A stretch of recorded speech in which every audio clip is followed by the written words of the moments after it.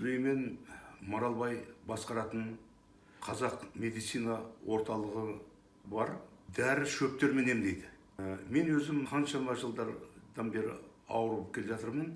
Мен жарты жылдың 4 айын ауруханада жатамын.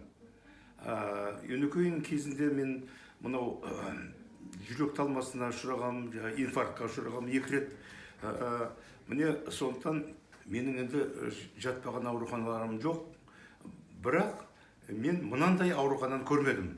Бұл өзі дәрі шөптер арқылы және соны үлкен бір парасатпенен ұйымдастыру арқылы еш жерде көрмеген емді осы жерден көрдім. Мен өзі әлемнің 70-тен астам мемлекеттерінде болдым.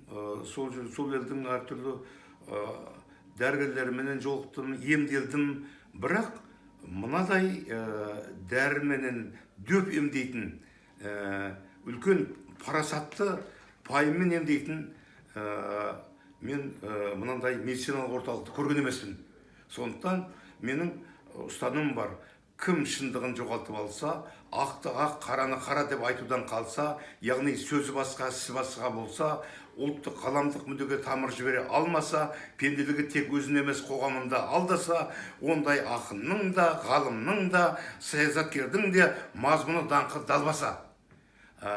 Міне сондай ылғи шындық биігінен, елдік ұлттық мүдде биігінен көрінетін және мүлде өзгеше пайым парасат биігінен емдей білетін осы аурухананың даңқы ылғи да елдік ұлттық мүдде биігінен, шындық биігінен жарқырай берсін.